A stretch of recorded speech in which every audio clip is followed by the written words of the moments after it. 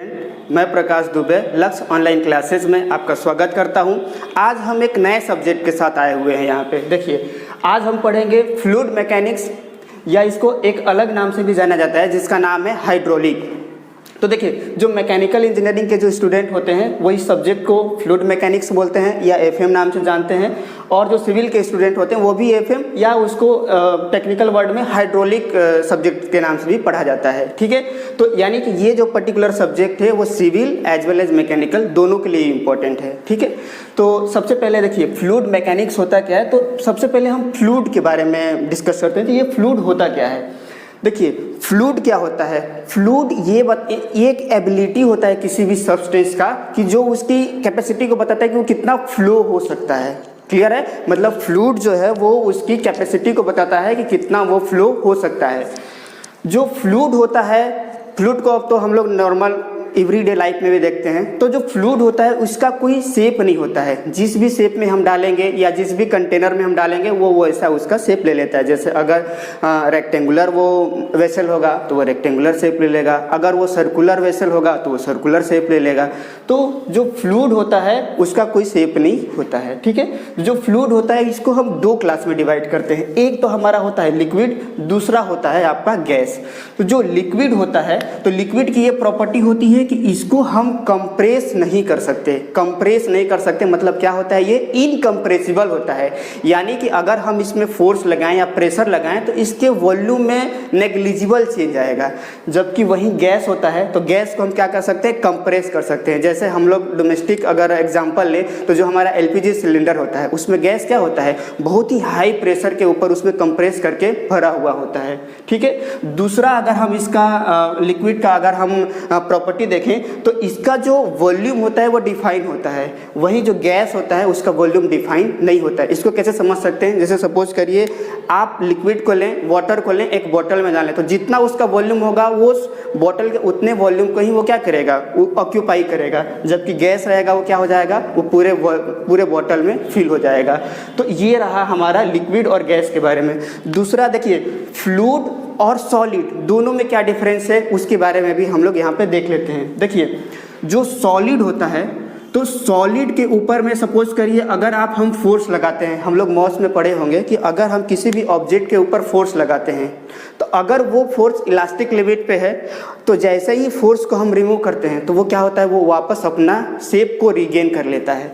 वहीं फ्लूइड में क्या होता है कि फ्लूइड में अगर हम सपोज करिए ये एक फ्लूइड है, इसके ऊपर आपने शियर फोर्स लगाया, तो एक बार आप शियर फोर्स लगाएंगे तो ये क्या होगा, फ्लूइड कंटिन्यूअसली क्या हो जाएगा, फ्लो होते जाएगा। और अगर आप लोड को रिमूव भी कर लेंगे तो ये वापस अपने जो ओरिजिनल शेप है उसमें वो नहीं आ पाएगा। तो ये भी एक फ्लूइड की हम कैरेक्टरिस्टिक देख सकते हैं कि solid up to elastic limit वो अपने शेप को रिगेन कर सकता है, जबकि ये जो फ्लूइड होगा, फ्लूइड अपना कंटिन्यूअस फ्लो होते रहेगा, वो वापस रीगेन अपना शेप को गेन नहीं कर पाएगा। ठीक है, तो ये हमने देखा फ्लूइड के बारे में। अब हम देखते हैं मैकेनिक्स। मैकेनिक्स क्या होता है। देखिए, मैकेनिक्स क्या होता है, मैकेनिक्स किसी भी बॉडी के ऊपर क्या अलग अलग फोर्स लग रहा है और उस फोर्स के कारण उस बॉडी के प्रॉपर्टी के ऊपर क्या चेंजेस आ रहा है, उस फोर्स का क्या इफेक्ट आ रहा है, उसका स्टडी हम मैकेनिक्स के अंदर करते हैं। तो अगर हम दोनों वर्ड को, फ्लूइड मैकेनिक्स को एक साथ डिफाइन करने की कोशिश करें तो उसको कुछ इस तरीके से सिंपल वर्ड में हम डिफाइन कर सकते हैं कि फ्लूइड मैकेनिक्स जो है वो साइंस का वो ब्रांच है जिसके अंदर हम ये स्टडी करते हैं कि किसी फ्लूइड पार्टिकल के ऊपर अलग अलग जो फोर्स लग रहा है उस फोर्स का उस फ्लूइड पार्टिकल के बिहेवियर के ऊपर क्या इफेक्ट आ रहा है। क्लियर है, तो ये हमारा क्या हो गया, फ्लूइड मैकेनिक्स का डेफिनेशन हो गया, या ये बोल सकते हैं कि हम इस पर्टिकुलर सब्जेक्ट में फ्लूइड के ऊपर अलग अलग तरीके से जो फोर्स लगेगा या फ्लूइड का क्या क्या बिहेवियर होगा उसके बारे में हम डिस्कस करेंगे। अब रही बात ये जो दूसरा वर्ड है हाइड्रोलिक, तो हाइड्रोलिक एक ग्रीक वर्ड है, उसका भी लिटरल मीनिंग यही होता है कि हम फ्लूइड के जो प्रॉपर्टी है उसके बारे में हम डिस्कस करेंगे। अलग अलग फोर्स लगेगा तो क्या प्रॉपर्टी में चेंज आएगी उसके बारे में हम डिस्कस करेंगे। क्लियर है, तो ये हमारा हो गया फ्लूइड मैकेनिक्स। देखिए, अब इस पर्टिकुलर सब्जेक्ट को हम 4 अलग अलग क्लास में डिवाइड कर लेते हैं, या इस पर्टिकुलर सब्जेक्ट में हमें 4 अलग अलग फील्ड में स्टडी करना है फ्लूइड को। जैसे जब फ्लूइड रेस्ट में होगा तब उसकी क्या प्रॉपर्टी होगी, तो उसको हम फ्लूइड स्टैटिक्स के अंदर में डिस्कस करेंगे। जब फ्लूइड मोशन कर रहा होगा और मोशन करने के साथ कौन से पाथ को फॉलो किया, क्या उसकी एक पर्टिकुलर टाइम पे वेलोसिटी थी, कि क्या उसका एक्सेलरेशन था, क्या वो यूनिफॉर्म फ्लो हो रहा था, नॉन यूनिफॉर्म फ्लो हो रहा था, क्या वो टाइम के साथ उसकी वेलोसिटी या एक्सेलरेशन चेंज हो रहा था कि नहीं हो रहा था, उसकी सारे ये पर्टिकुलर सब चीज़ का जो स्टडी फ्लूइड का रहेगा वो हम फ्लूइड काइनेमेटिक्स के अंदर में करेंगे।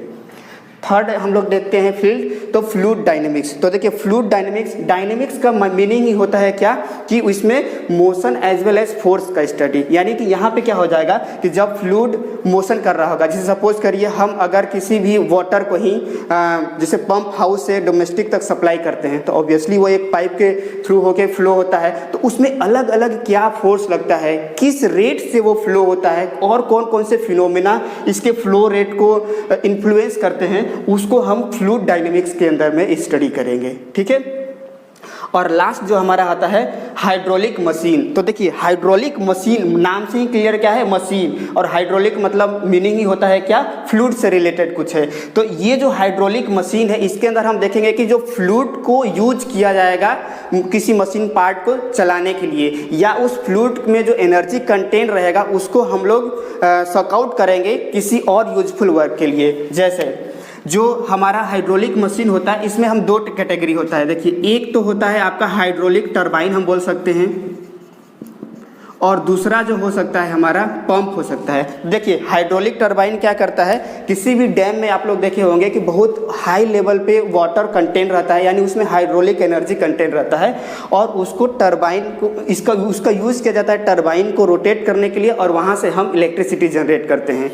यानी अल्टीमेटली हम क्या कर रहे हैं, हाइड्रोलिक एनर्जी को मैकेनिकल एनर्जी में कन्वर्ट कर रहे हैं। वही पंप में हम क्या कर सकते हैं, इलेक्ट्रिसिटी प्रोवाइड करते हैं पंप को, यानी ठीक है मैकेनिकल एनर्जी हमने दिया शाफ्ट को, और उससे हम क्या कर सकते हैं, पानी को यानी ग्राउंड फ्लोर से छत पे ले जा सकते हैं। यानी हमने उसके हाइड्रोलिक एनर्जी या पोटेंशियल एनर्जी को हमने क्या किया, इंक्रीज किया।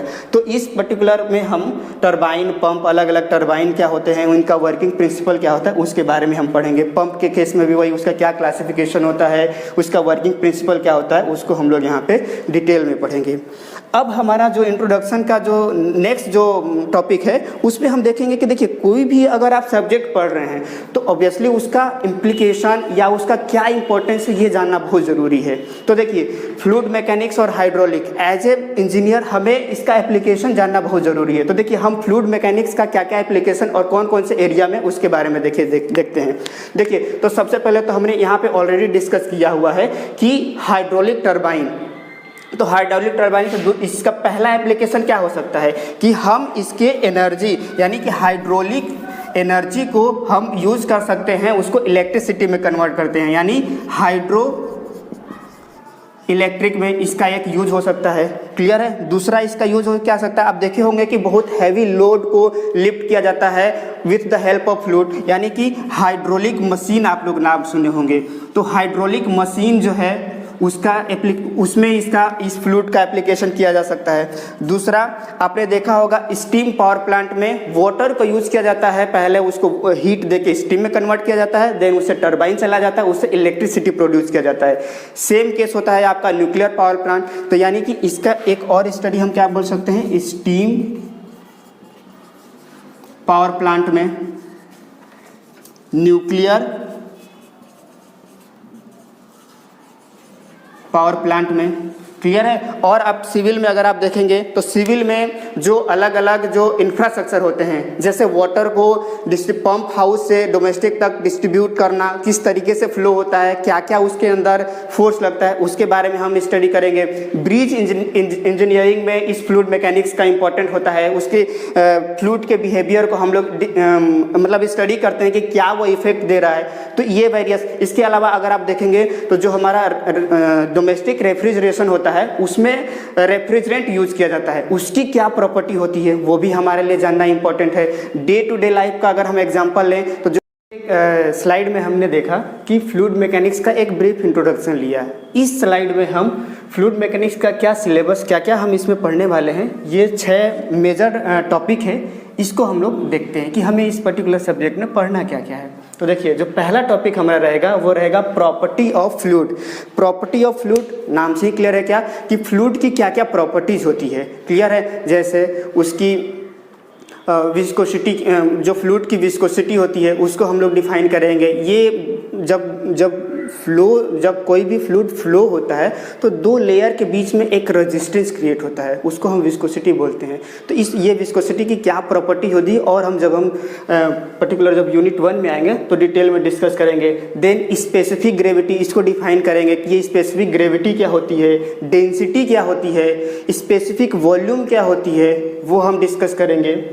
देन इसके बाद फ्लूइड के विद इन पार्टिकल के ऊपर जो इंटरमोलिकुलर जो फोर्स लगता है उसके कारण सरफेस टेंशन आएगा। तो सरफेस टेंशन क्या होता है, ये फ्लूइड की बिहेवियर में क्या चेंज लाता है, इसके बारे में हम डिस्कस करेंगे। देन कैपिलैरिटी के बारे में, आप देखे होंगे कि एक छोटे से पाइप में अगर बड़ा सा टैप रखेंगे और एक पाइप को डालेंगे तो उसमें फ्लूइड हल्का स्लाइटली राइज हो जाता है या नीचे दब जाता है कभी कभी किसी कंडीशन में। तो वो कब होता है, कब राइज होता है कैपिलरी, कब वो डिप्रेशन आता है, तो यहाँ पे हम लोग इसमें कैपिलरी में डिस्कस करेंगे। देन फ्लूइड की, अभी हम लोग जब डिस्कस कर रहे थे फ्लूइड को 2 भाग में डिवाइड किए थे, लिक्विड और गैस। हमने ये बोला था कि जो गैस होता है उसको तो हम कंप्रेस कर सकते हैं, लेकिन जो लिक्विड होता है वो जनरली इनकम्प्रेसिबल होता है। तो हम डिफाइन करेंगे कि ये इनकम्प्रेसिबिलिटी होता क्या है और क्या क्राइटेरिया होता है कंप्रेसिबिलिटी को डिफाइन करने के लिए, कब हम किसी फ्लूइड को कंप्रेसिबल बोलेंगे और कब हम किसी फ्लूइड को इनकम्प्रेसिबल बोलेंगे, क्लियर है। देन वेपर प्रेशर क्या होता है, जब किसी लिक्विड को आप बॉयल करते हो तो आप देखोगे कि वो लिक्विड फेज से वेपर में कन्वर्ट हो जाता है। तो वो कौन सा प्रेशर होता है और कौन कौन से वेरियस पैरामीटर जो होते हैं वो उस चीज़ को इन्फ्लुएंस करते हैं, वो हम डिस्कस करेंगे वेपर प्रेशर के अंदर।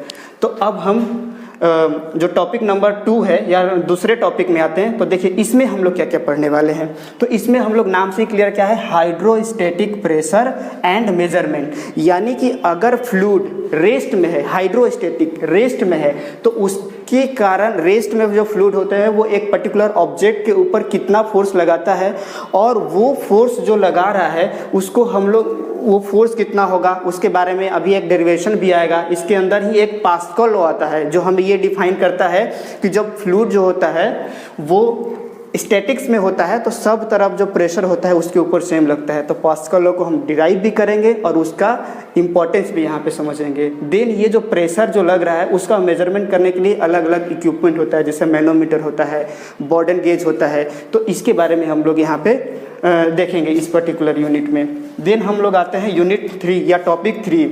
इसमें क्या है, फ्लूइड फ्लो। फ्लूइड फ्लो यानी कि जब कोई फ्लूइड फ्लो हो रहा है तो उसमें जो फ्लो हो रहा है तो वो उसकी टाइप्स ऑफ फ्लो क्या होगा, जैसे यूनिफॉर्म फ्लो होगा, नॉन यूनिफॉर्म फ्लो होगा, स्टडी फ्लो होगा, अनस्टडी फ्लो होगा। तो यहाँ पे हम लोग टाइप्स ऑफ फ्लो में इसको डिस्कस करेंगे।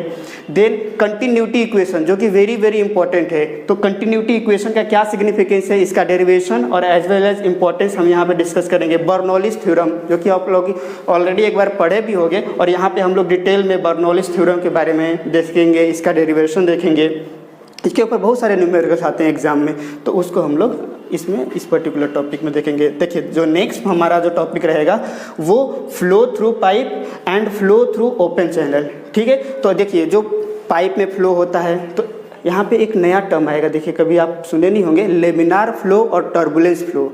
रेनॉल्ड्स नंबर एक आएगा, उसी के बेसिस पे लेमिनार और टर्बुलेंस फ्लो को डिफाइन किया जाता है। तो हम देखेंगे रेनॉल्ड्स नंबर क्या होता है और लेमिनार फ्लो कब पाइप में फ्लो होगा तो कब उसको लेमिनार फ्लो बोलेंगे और कब उसको टर्बुलेंस फ्लो बोलेंगे। सेम केस ओपन चैनल के साथ भी होगा।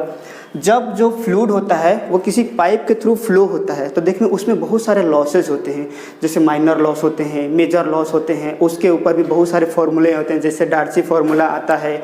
तो वो सारे फार्मूला से कितना लॉस होता है उसका हम कैलकुलेशन करेंगे। यानी इसमें हम theory as well as numerical दोनों पोर्शन को देखेंगे।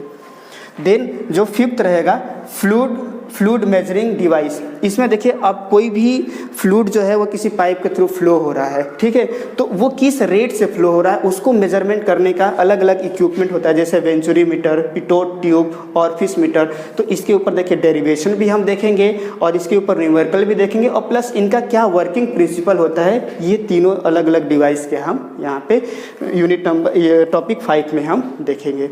देन हमारा जो लास्ट टॉपिक होगा वो क्या रहेगा, हमारा हाइड्रोलिक मशीन। जो हमने अगर इंट्रोडक्शन अगर आप देखेंगे तो उसमें हमने जो लास्ट क्लासिफिकेशन किया था हाइड्रोलिक मशीन में, तो एक होता है हमारा टरबाइन, दूसरा होता है पंप। मतलब फ्लूइड के अंदर जो एनर्जी है उसको यूटिलाइज कर रहे हैं हम इलेक्ट्रिसिटी जनरेट करने के लिए, तो वो टरबाइन के केस में होगा। और अगर हम फ्लूइड को मैकेनिकल इंजीनियरिंग दे रहे हैं उसके हाइड्रोलिक एनर्जी को इंक्रीज करने के लिए, क्लियर है, तो वो हमारा क्या हो जाएगा, पंप हो जाएगा। तो देखिए अब ये टरबाइन में भी हम देखेंगे कि कितने टाइप के टरबाइन होते हैं, मतलब अलग अलग टाइप के टरबाइन होते हैं, उनका क्या वर्किंग प्रिंसिपल है। पंप के केस में भी कभी आप सुने होंगे कि सेंट्रीफ्यूगल पंप होता है, रेसिप्रोकेटिंग पंप होता है, उनका क्या वर्किंग प्रिंसिपल है, क्या उनका वर्किंग प्रिंसिपल होता है या और कंस्ट्रक्शन होता है, और इसके ऊपर हम न्यूमेरिकल करेंगे।